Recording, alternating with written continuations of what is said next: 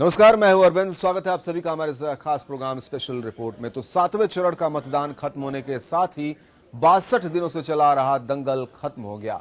अब बस केवल रिजल्ट का इंतजार है जो 11 मार्च को आएगा। अब की बार कौन बनाएगा सरकार और किसके सिर सजेगा जीत का ताज। अगर बात करें मतदान प्रतिशत की तो अंतिम दौर में शाम 4 बजे तक 56.3% मतदान हुआ। 7वें और आखिरी चरण में पीएम मोदी के संसदीय क्षेत्र वाराणसी समेत 7 जिलों के 40 विधानसभा क्षेत्रों में वोट डाले गए।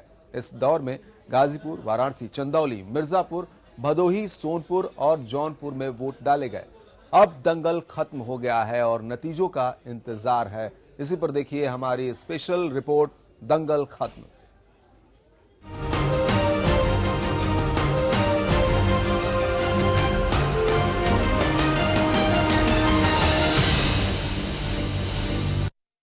तो उत्तर प्रदेश विधानसभा चुनाव अब अपने मुकाम के नजदीक है। सत्ता की नई तस्वीर उभरने में अब महज 2 दिनों का फासला है।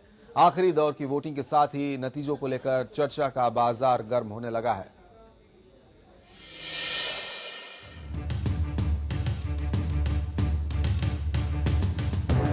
उत्तर प्रदेश विधानसभा चुनावों में ये 7वें और आखिरी दौर के मतदान की तस्वीरें हैं। आखिरी दौर के चलते इस वोटिंग के दिन कहीं कोई प्रचार नहीं, लेकिन माहौल जब चुनावी हो, जीत के दावे में कोई भी पीछे कैसे रह सकता है।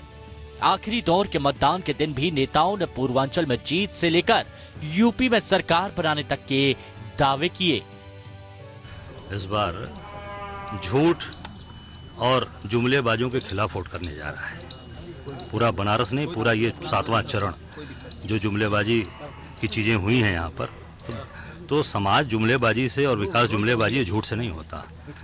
ये विश्वास तोड़ा गया है, उस पर चुनाव होने जा रहा है। मैं समझता हूँ इस बार की स्थिति बहुत ही अलग होने वाली है और बनारस पूरी तरीके से परिवर्तन के मूड में है। मुझे तो लगता है कि हर एक व्यक्ति जो आज उत्तर प्रदेश की राजनीति में सक्रिय है, हर किसी की साख दांव पे लगी हुई है, क्योंकि हम सभी कहीं ना कहीं चाहते हैं कि जिस क्षेत्र से हम जुड़े हैं उस क्षेत्र को हम जीते। और जहां तक हमारे गठबंधन का सवाल है तो मुझे पूरा विश्वास है कि हम एक एक सीट जीतने जा रहे हैं और उत्तर प्रदेश के अंदर अगली सरकार एनडीए गठबंधन की ही बनेगी। 7 जिलों की 40 सीटों पर मतदान के साथ ही यूपी चुनावों का रुख अब नतीजों की घड़ी की ओर है, यानी चुनावी नतीजों की उल्टी गिनती शुरू हो गई है। नेताओं के लिए ये बेचैनी भरे आराम का वक्त है। जिन्होंने पूरे चुनाव प्रचार के दौरान एक दूसरे पर बिना रुके खतरनाक हमलों का दौर जारी रखा। सत्तारूढ़ सपा ने कांग्रेस से गठबंधन को चुनावी जीत के अपने कार्ड के तौर पर आजमाया, तो बीएसपी ने कानून व्यवस्था के लिए अखिलेश सरकार और नोटबंदी के लिए मोदी सरकार पर लगातार प्रहार का दौर जारी रखा। बीएसपी इस बार मुस्लिम वोट बैंक को भी अपने पक्ष में मानकर चल रही है। बीजेपी के पूरे चुनाव प्रचार के केंद्र में प्रधानमंत्री नरेंद्र मोदी का चेहरा रहा, जिन्होंने आखिरी दौर के प्रचार में अपने संसदीय क्षेत्र वाराणसी में लगातार 3 दिन मोर्चा थामे रखा। यूपी में चुनाव प्रचार खत्म होने के बाद पीएम मोदी अपने गृह प्रदेश गुजरात दौरे पर गए, जहां सोमनाथ मंदिर में उन्होंने विशेष पूजा अर्चना भी की। इंतजार अब है तो बस 11 मार्च की सुबह का, जो यूपी में अगली सत्ता की दस्तक देगी। वाराणसी से गौरव शर्मा के साथ ब्यूरो रिपोर्ट एपीएन। तो चुनाव यानी लोकतंत्र का महापर्व। कई मर्तबा जब हम चुनाव के बारे में सोचते हैं तो सिर्फ और सिर्फ राजनीति और राजनीतिक बयानबाजी की तरफ ध्यान देते हैं। इस बार के चुनाव में लोकतंत्र के दायरे का विस्तार हुआ, अजीबोगरीब तरीके से, अनोखे रूप में। आपने कभी सोचा है कि भारतीय राजनीति में गधा इतना महत्वपूर्ण हो जाएगा? उसकी चर्चा भी ऐसे उठेगी कि सीएम से लेकर पीएम तक जवाब देते फिरेंगे। गधों का लीडर कहता है कि दिल्ली। अक्सर हमें ऐसा लगता है कि जो कहा जा रहा है या जो कहा गया, उसका असर सिर्फ चुनावी नतीजों पर पड़ने वाला है। इस चुनाव का मतलब है लोकतंत्र का महापर्व, और अगर कोई चुनाव लोगों से न जुड़ता हो तो वो चुनाव कैसा? चुनावी मौसम की यही खूबी है। घोड़े, उल्लू, आतंकवादी, राक्षस, सौदागर सब एक कैटेगरी में आ जाते हैं। गधे भी आ गए हैं। अखिलेश ने तान क्या छेड़ी? जिन गधों को कोई पूछता नहीं, अचानक उनके अच्छे दिन आ गए। आपको याद होगा, हमारे साथियों ने कभी कभी टीवी देखा होगा, क्या एक गधे का विज्ञापन आता है। बताओ गरीब लोगों, किसान भाइयों, एक गधे का ज्ञापन आता है, विज्ञापन। हम तो इस सदी के बड़े महानायक से कहेंगे कि अब आप गुजरात के गधों का प्रचार मत करिए। गधा ट्विटर पर ट्रेंड करता रहा, हेडलाइंस में छाया रहा, न्यूज चैनल की प्राइम टाइम बहस का हिस्सा बना। गधों के इतने अच्छे दिन कभी नहीं आए थे, सचमुच। संयोग देखिए कि अखिलेश यादव ने जिन जंगली गधों के विज्ञापन को आधार बनाकर बड़बोलापन दिखाया, तो छत्तीसगढ़ से कांग्रेस विधायक आर.के. राय ने राहुल गांधी के नेतृत्व गुणों पर सवाल उठाते हुए कहा था, मैं गधे को घोड़ा नहीं मान सकता।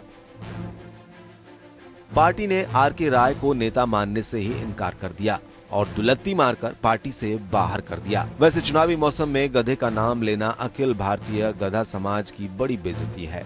गधे का नाम भले गधा हो, लेकिन उसे अंडर एस्टिमेट नहीं किया जाना चाहिए।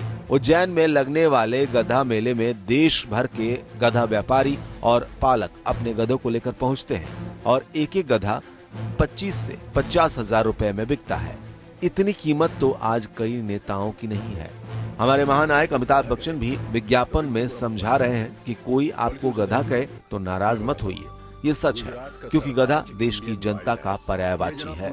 जिस तरह गधा डिमांडिंग नहीं होता, वैसे ही देश की आम जनता डिमांडिंग नहीं होती। महीनों हो गए इनको नहाए हुए, मगर दिखते हैं एकदम नीट एंड क्लीन। ये वो शहर वाला गधा नहीं है जो सड़क पर खड़ा कोई गहरी बात सोचता रहता है।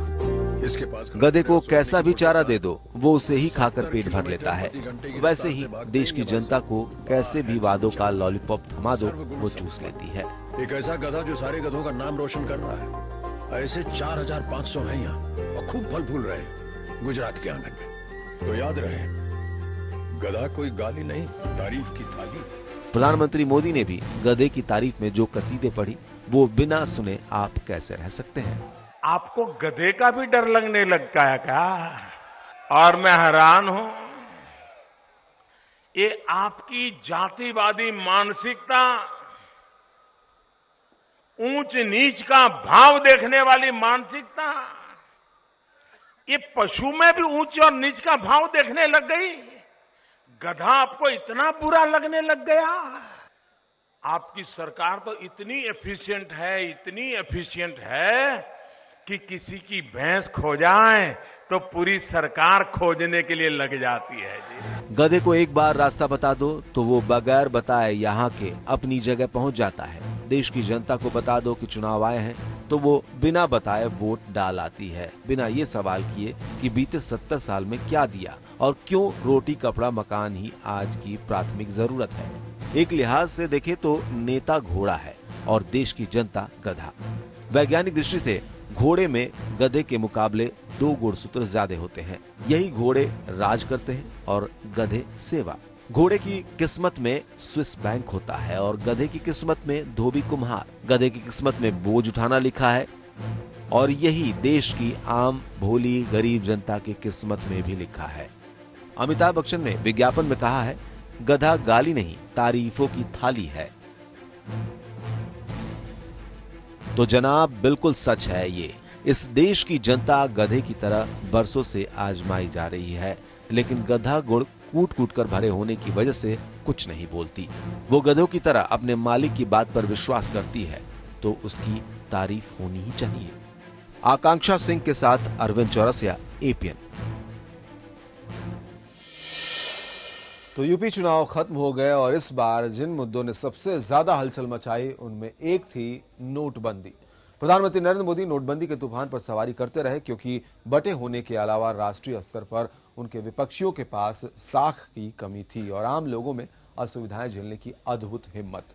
नोटबंदी के बाद देश के अलग अलग हिस्सों में मिली 8 जीतों ने यह साबित कर दिया कि अब तक प्रधानमंत्री के प्रति लोगों का विश्वास बना हुआ है। ना शहर बचे ना गाँव, कैसी तेरी मनमर्जी, मैं कैसे अब समझाऊं।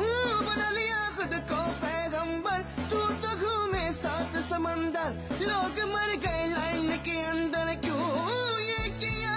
रे फकीरा मान जा, कैसा तू है निर्मोही, कैसा बेदर्दिया। यूपी के चुनाव वास्तव में प्रधानमंत्री मोदी की अग्नि परीक्षा है। इसकी अहमियत पंजाब, गोवा, मणिपुर और उत्तराखंड में एक ही समय में होने वाले विधानसभा चुनावों से कहीं ज्यादा है। उत्तर प्रदेश के विधानसभा चुनाव के नतीजे दर्शाएंगे कि बीजेपी के विकास पुरुष किस तरह अपने कार्यकाल का अधूरा सफर पूरा कर रहे हैं। इम्तिहान इसलिए भी ज्यादा महत्वपूर्ण है क्योंकि नोटबंदी आर्थिक सुधार का हिस्सा है जिसे मोदी लागू करना चाहते हैं। लेकिन जहां तक रोजगार पैदा करने का सवाल है तो सबका साथ और सबका विकास अब तक खास सफल नहीं रहा। शायद इसीलिए मोदी लगातार देश में नकदी रहित प्रणाली लागू करने की नई नीति का बखान करते रहे ताकि अगले आम चुनाव की वैतरणी पार करने में मदद मिले। 8 तारीख रात को 8 बजे मेरे प्यारे देशवासियों क्या कह दिया, ये तीनों इकट्ठे हो गए और चिल्ला रहे हैं, अरे 15 दिन दे देते मोदी। क्यों भाई, क्या ठीक करना था? क्या आप नोट छापने वाले थे क्या? वो बंडल ठिकाने लगाने थे, बंडल ठिकाने लगाए थे। पाई पाई उनको बैंकों में जमा करवानी पड़ी है। अब हिसाब देना पड़ रहा है, ये रुपये लाए से कहां से, मारे थे किससे, किससे लूटा है बताओ, वापस देना पड़ेगा। कहते हैं यूपी के नस नस में राजनीति बसती है। उत्तर प्रदेश ने लोगों के मन की बात के संकेत देने में हमेशा अहम भूमिका अदा की है। हिंदी भाषी राज्य बिहार में मात खाने के बाद मोदी बिल्कुल नहीं चाहेंगे कि उत्तर प्रदेश में भी बीजेपी पिट जाए। लोकसभा चुनाव में शानदार प्रदर्शन कर 80 में से 71 सीटों पर कब्जा जमाने वाली बीजेपी को उत्तर प्रदेश में माया और अखिलेश ने खूब छकाया। मोदी के जुमलों के एवज में मुलायम पुत्र भी खूब गरजे। हर बार कोशिश की कि नोटबंदी की परेशानी लोगों को याद रहे। कभी नोट के रंग पर बोले तो कभी ढंग पर। कोई हिसाब किताब नहीं दिया अभी तक, अगर हिसाब किताब हो तो बता दो। और फिर जो पैसा छपाया 2000 रुपया, उसका रंग देख के तो लगता है ये चूर्ण वाला 2000 रुपया छपा दिया। अगर नोट ही छपाना था तो हम समाजवादियों से पूछ लेते, कम से कम अच्छा बता देते कि ऐसे छपाते। कुछ वक्त पहले सपा में मुख्यमंत्री अखिलेश यादव और उनके चाचा शिवपाल यादव के बीच पारिवारिक झगड़े से ऐसा लगा कि बीजेपी को बढ़त मिलेगी, लेकिन पारिवारिक कलह कुछ समय के लिए थम गई। मुलायम सिंह यादव ने शायद ये महसूस कर लिया कि आंतरिक झगड़े से पार्टी अपनी कब्र खोद रही है। अखिलेश यादव ने अपने चाचा के साथ झगड़े के दौरान भी अपनी अकल ठिकाने रखी और समय की बर्बादी की भरपाई के लिए जोर शोर से नई योजनाएं शुरू की। इसीलिए मोदी इस हकीकत से वाकिफ थे कि सपा के वोटों का ट्रांसफर इतना आसान नहीं है जैसा कि उन्होंने आंतरिक कलह के वक्त सोचा था। सपा और कांग्रेस के बीच गठबंधन यूं तो मौके का गठबंधन है, लेकिन अगर ये मुस्लिम यादव गठजोड़ में तब्दील हो गया तो नतीजे बिहार जैसे होने में देर नहीं लगेगी। अब बात यूपी की तीसरी खिलाड़ी मायावती की। नोटबंदी पर अगर कोई सबसे ज्यादा नाराज हुआ तो वो थी मायावती। माया बार बार कहती रही कि प्रधानमंत्री नरेंद्र मोदी को नोटबंदी का हिसाब देना चाहिए।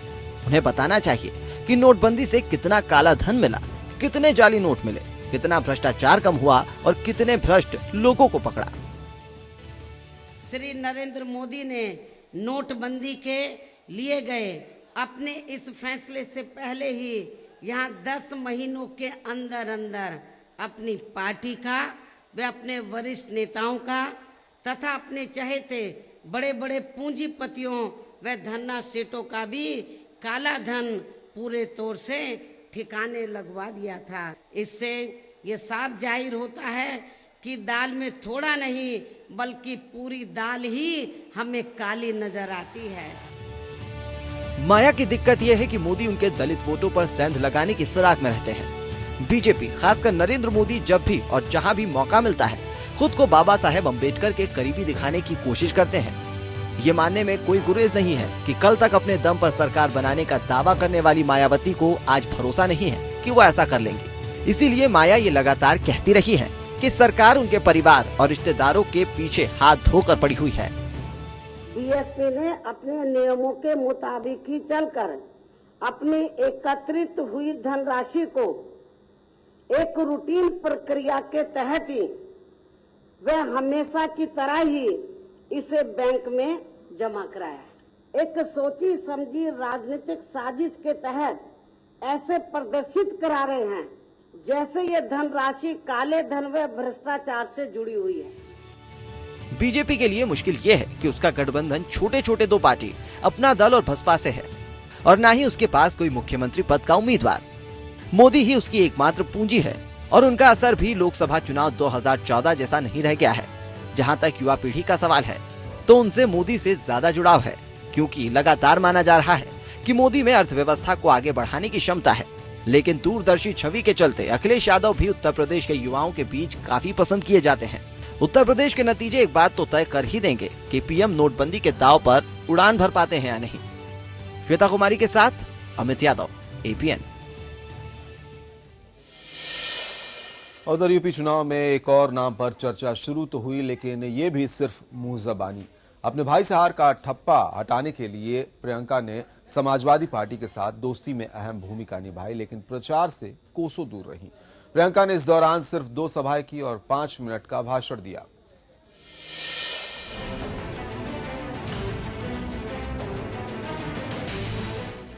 आखिर ऐसा क्या हुआ कि स्टार प्रचारकों की हर सूची में नाम शामिल होने के बाद भी प्रियंका गांधी सिर्फ रायबरेली की 2 ही सभाओं में दिखी। इसमें भी उन्होंने एक जगह ही महज 5 मिनट का भाषण दिया। एक बड़े मैदान में को संबोधित करते हुए हमारे प्रधानमंत्री नरेंद्र मोदी जी बोल रहे हैं। मुझे वाराणसी के लोगों ने वोट दिया और वाराणसी के लिए मैं एक बेटा हूँ, उत्तर प्रदेश का बेटा हूँ, इसीलिए मैं उत्तर प्रदेश का विकास करूंगा। तो मेरे मन में ये बात आई, क्या उत्तर प्रदेश को बाहर से किसी को वोट लेने की जरूरत है? क्या यहाँ कोई नौजवान नहीं है जो आपके देश को, प्रदेश को आगे बढ़ा सकते हैं? कांग्रेस सूत्रों के मुताबिक प्रियंका गांधी को चुनाव प्रचार से दूर रखने में कांग्रेस की रणनीति और असुरक्षा दोनों शामिल है। जनवरी के आखिर में कांग्रेस ने काफी कोशिश के बाद आखिरकार अखिलेश यादव की अगुवाई में समाजवादी पार्टी के साथ चुनावी गठबंधन कर लिया। इस गठबंधन से उत्साहित कांग्रेस ने जो चरणों के हिसाब से स्टार प्रचारकों की सूची जारी की, उसमें प्रियंका गांधी का नाम प्राथमिकता पर शामिल किया गया। सूची के आधार पर माना गया कि पहली बार प्रियंका गांधी रायबरेली और अमेठी के अलावा प्रदेश के दूसरे जिलों में भी प्रचार करती नजर आएंगी। यही नहीं, कांग्रेस नेताओं की तरफ से प्रियंका गांधी और सपा के स्टार प्रचारक डिम्पल यादव के साथ रोड शो करने की भी बातें सामने आई। लेकिन एक के बाद एक दौर बीतते गए। डिम्पल ने चुनाव प्रचार भी शुरू कर दिया, लेकिन प्रियंका नहीं आई। लगभग 20 मंत्री, जाने कितने नेतागण और प्रधानमंत्री जी भी खेल नहीं रहे बनारस से, एकदम छावनी में बदल के रख दिया है, क्योंकि ये लोग बुरी तरह हार गए। इतनी तेज साइकिल की रफ्तार आगे निकली है कि हमारे प्रधानमंत्री जी को 3 बार रोड शो करना पड़ रहा है। तीसरे दौर तक प्रियंका गांधी कहीं नहीं दिखी। आखिरकार सवाल खड़े होने लगे। इस दौरान कांग्रेस मुख्यालय पर आयोजित प्रेस कॉन्फ्रेंस में पत्रकारों के सवालों के जवाब में कांग्रेस के राष्ट्रीय महासचिव और यूपी प्रभारी गुलाम नबी आजाद ने रणनीति में बदलाव का इशारा कर दिया। उन्होंने कहा कि प्रियंका वाड्रा आर्मी चीफ जैसी भूमिका में है। आर्मी चीफ कभी भी जंग के मैदान में नहीं जाते, बल्कि पर्दे के पीछे से केवल रणनीति बनाते हैं। वो इस समय कांग्रेस के चुनाव प्रबंधन के काम में जुटी है। प्रियंका जी ने कहा है वो 100% सही है। राहुल जी ने एक बार फिर नोटबंदी के मसले को उठाया, जिसकी वजह से देश में बर्बादी हुई है, और इस बर्बादी के नतीजे में आज भारतीय जनता पार्टी की सरकारें जहां जहां हैं वहां भी, और जहां उनकी सरकारें नहीं हैं वहां भी उनको सख्त मुखालफत का सामना करना पड़ रहा है। प्रधानमंत्री के पास आर्थिक सामाजिक सवालों पर लड़ने के मुद्दे समाप्त हो गए हैं। बिहार में भी उन्होंने इसी तरह से भावनाएं भड़काने का काम किया था, और उसी तरह की भाषा का इस्तेमाल उत्तर प्रदेश में कर रहे हैं। गुलाम नबी के बयान के अगले ही दिन 17 फरवरी को प्रियंका गांधी प्रचार करने रायबरेली पहुंच गईं। यहां रायबरेली सदर और महाराजगंज में आयोजित सभाओं में प्रियंका गांधी पहुंची। उन्होंने सिर्फ एक ही सभा में 5 मिनट के लिए जनता को संबोधित किया, वो भी राहुल गांधी के ही आग्रह पर। अपने भाषण में प्रियंका ने मोदी विरोधी तेवर दिखाए। इसके बाद प्रियंका किसी भी रैली में नहीं आई। कांग्रेस सूत्रों के अनुसार इस चुनाव में सपा के साथ गठबंधन का पार्टी को कितना फायदा होगा या नुकसान, इसका आकलन नहीं हो सका है। कांग्रेस जितना जीत के लिए उत्साहित है, उतना ही हार को लेकर सजग भी। अगर हार मिली तो जाहिर है कांग्रेस की साख और गिरेगी। ऐसी स्थिति में प्रियंका गांधी का अगर चुनाव प्रचार में इस्तेमाल कर लिया जाता तो हार होने की दशा में कांग्रेस और भी ज्यादा नुकसान में रहती। आगे 2019 का लोकसभा चुनाव भी है। उस चुनाव में प्रियंका गांधी का बेहतर इस्तेमाल किया जा सकता है। इसी को ध्यान में रखते हुए उन्हें वर्तमान विधानसभा चुनाव में प्रचार से दूर रखा गया। पूरा दारोमदार राहुल गांधी पर ही रहा। प्रियंका गांधी ने अपनी भूमिका चुनाव प्रबंधन में तय की। वो पूरे चुनाव में बेहद सक्रिय रही। कांग्रेस के पूरे चुनाव अभियान को उन्होंने ही संचालित किया। राहुल गांधी जहां चुनाव प्रचार की कमान संभाले हुए थे, वहीं प्रियंका पार्टी की हर गतिविधि की मॉनिटरिंग कर रही है। दरअसल कांग्रेस पार्टी के लिए उत्तर प्रदेश अरसे से बड़ी चुनौती बना हुआ है। 1952 से लेकर 1985 तक कांग्रेस ने यहां आसानी से बहुमत की सरकार बनाई। इस दौरान इमरजेंसी के बाद हुए चुनाव में 1977 में पार्टी को हार झेलनी पड़ी थी, लेकिन 1989 में मंडल कमीशन की रिपोर्ट लागू होने के बाद प्रदेश की सियासत पूरी तरह बदल गई। कांग्रेस को अब मुलायम सिंह यादव से चुनौती मिलने लगी। वहीं दूसरी तरफ राम मंदिर आंदोलन से बीजेपी का भी ग्राफ तेजी से बढ़ने लगा। कांग्रेस इन बड़ी चुनौतियों के आगे कोई ठोस रास्ता जनता को नहीं दे सकी। यही वजह थी कि 1989 में उसे 94 सीटें मिली। उसके बाद 2007 तक आते आते उसके हिस्से में 22 सीटें ही रह गई। 2009 के लोकसभा चुनावों में कांग्रेस ने अच्छा प्रदर्शन किया, लेकिन इसका फायदा वो 2012 के विधानसभा चुनाव में नहीं ले सकी। यहाँ उसे महज 28 सीटों पर ही संतोष करना पड़ा।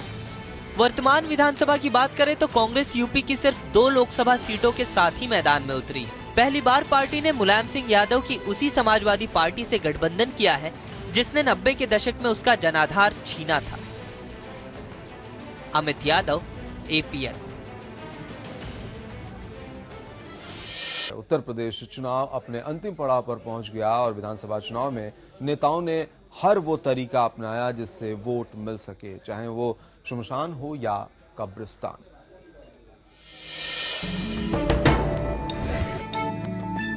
चुनावी मौसम में बीजेपी के बड़बोले सांसद साक्षी महाराज ने सुर्खियां बटोरने के लिए एक बार फिर हैरानी भरा बयान दिया। चौंकाने वाला इसलिए नहीं क्योंकि साक्षी महाराज की पहचान ही ऐसे बयानवीर नेता की है। साक्षी महाराज ने कहा कि देश के मुसलमानों को अब दाह संस्कार करना चाहिए, उन्हें कब्रिस्तान में दफनाने की इजाजत नहीं दी जानी चाहिए। हम साधु सन्यासियों को भी जमीन में गाड़ा जाता है, समाधियां बनती हैं।